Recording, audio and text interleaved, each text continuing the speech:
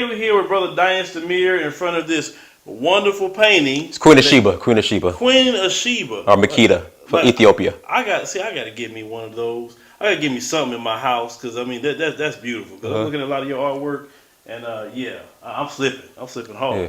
So in Atlanta, man, it's our first time coming to Atlanta, right? Mm-hmm. And beautiful city. I love to see a lot of black people doing well for themselves here. What makes Atlanta a lot different than maybe some other cities in relation to black people? I would say there's more black ownership in areas of just business, homes, more black wealth.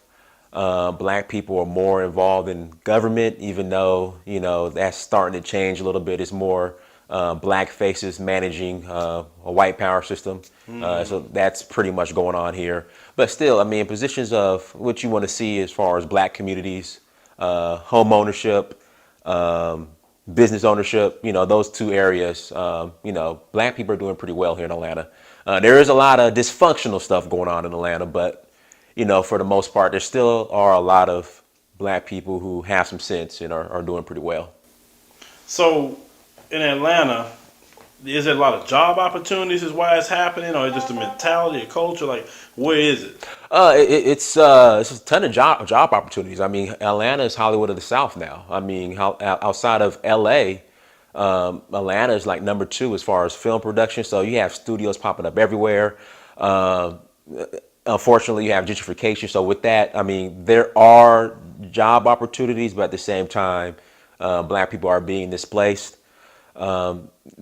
Atlanta is growing. I mean, you see the airport. I mean, you guys flew into the airport's a city. You know what I mean? So yeah, it is. It's bigger than Bush over there in Houston. I saw it. I said, "Whoa, it's bigger than Bush." Yeah, and I mean, it's expanding. I mean, it's still growing. I mean, Atlanta, because I mean, as places like LA, New York, as they get more expensive, people are starting to come move down to Atlanta, and Atlanta's starting to get expensive. Back in the day, Atlanta was cheap. But now, I mean, it's pretty expensive. But again, it's just everything's starting to shift to Atlanta now because of the opportunities and just the cost of living in places like New York and LA are now so high. So one thing I noticed, outside of us being successful, and we know in this system of racism, white supremacy, right? These white supremacists don't like to see black success, right? And so when they see black people successful, we kind of notice, little looks, little stares, that dumb. Trying to figure out what you got going on. What you got going on, listening to your conversations, that weirdo crap that they do. Right.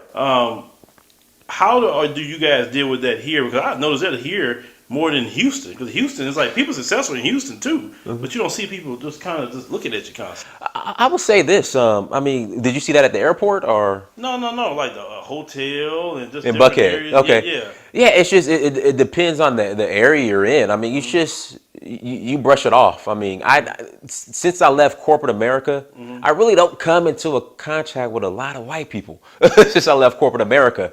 And it's funny, like when I go to Africa and when I come back, like, and flying into the U.S. and at the airport, it's just like a culture shock now when I see so much white people at the airport. But I mean, you just brush it off and keep it moving. And success is people get jealous of it, and just continue to be successful and build. And I mean, those looks it's going to continue to happen. So you just got to just keep it pushing.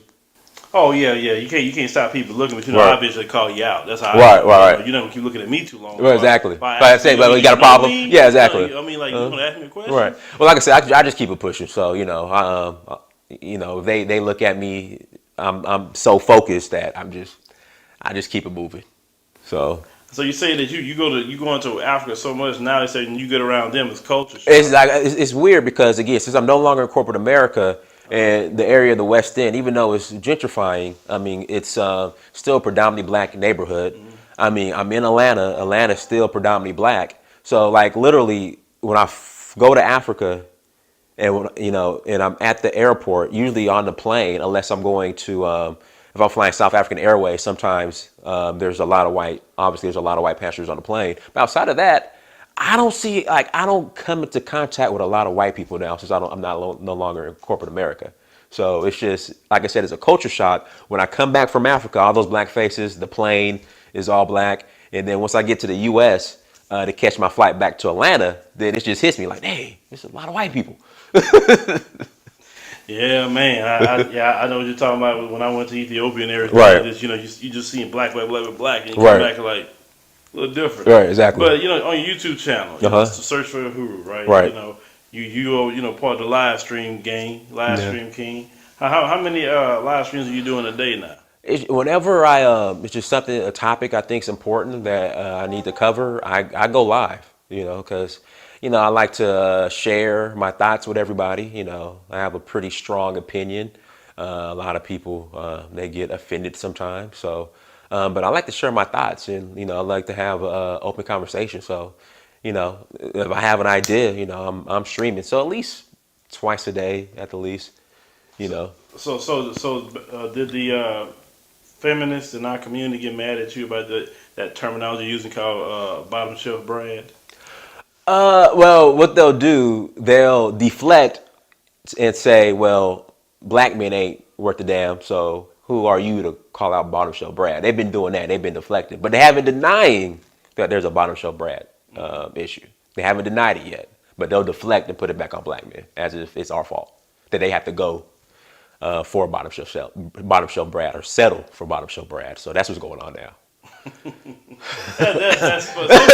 Social media is funny because in real life nobody cares about what you got going on, Right. And people on social media really think that that's how the world works. Right. It's not like that. It's quite funny. So, brother Dinas, let everybody know how they get to your channel. Let them know they subscribe, follow you, everything you and Search for Uhuru.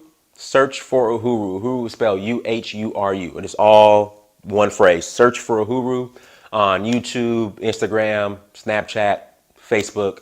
Like, subscribe, follow, message me. I message back. So yeah, that's how you get in contact with me.